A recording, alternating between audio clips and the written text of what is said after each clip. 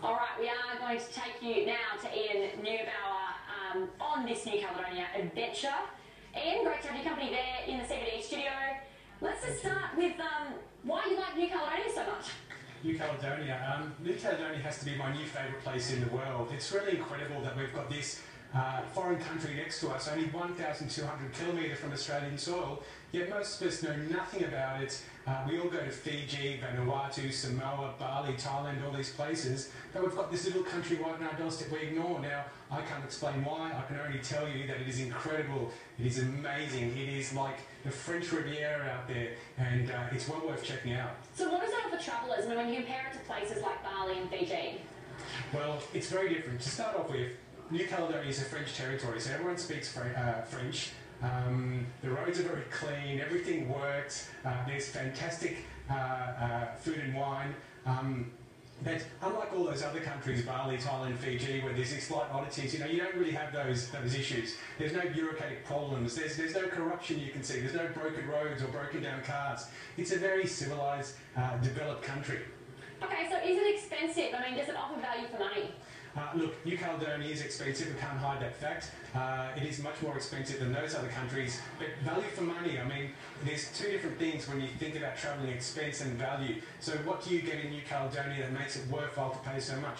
First of all, there's very few people who live in New Caledonia, only 250,000 people. So the level of environmental care is very, very high, much higher than any other country I've seen in the Pacific. Now recently, New Caledonia declared its entire economic zone, an area of 1.3 million square kilometres, as a national park. That means, what are they saying?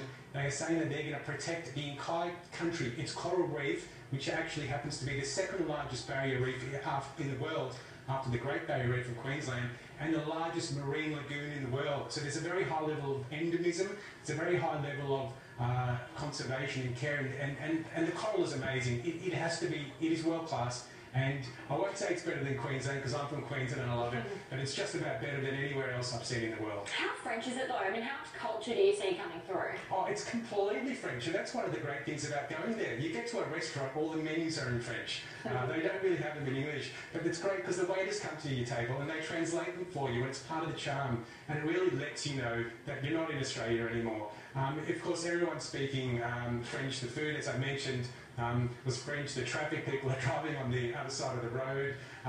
But really, the French have got a level of sophistication, and it's something you don't see in other parts of the Pacific. The local people are very well dressed. You go to wine bars, you go to clubs, you go to salsa bars at night, and you see that people are very young, they're sophisticated, they're well dressed, they're well connected, they're good looking. So it's an exciting place to go to. Do you have a topic in cafes and restaurants there, one you recommend? I did spend quite a bit of my time there eating. I think I put on a bit of weight. Look, I've got to recommend one in particular that is the favourite among locals. It's called Au Petit Café, and it's run by a good friend of mine, Gabby. What Gabby has done is he's married traditional French cooking with the Kanak ingredients. Now, Kanak are the indigenous people of New Caledonia. They account for 40% of the population.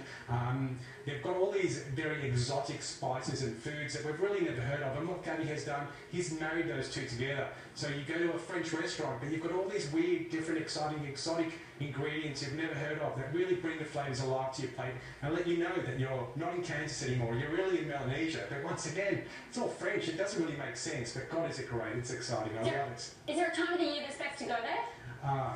Well, you see, in a lot of places in the South Pacific, you can't really go from about November to about March. You can, but it's the rainy season, there's monsoons. New Caledonia actually relies on a temperate part of the South Pacific, so the fantastic thing is that they don't have a monsoon season. It's great to go any time of the year. I went in the middle of the winter, in June. I think the coldest it ever got to was about 20 degrees at night. The days are really nice, about 23, 24.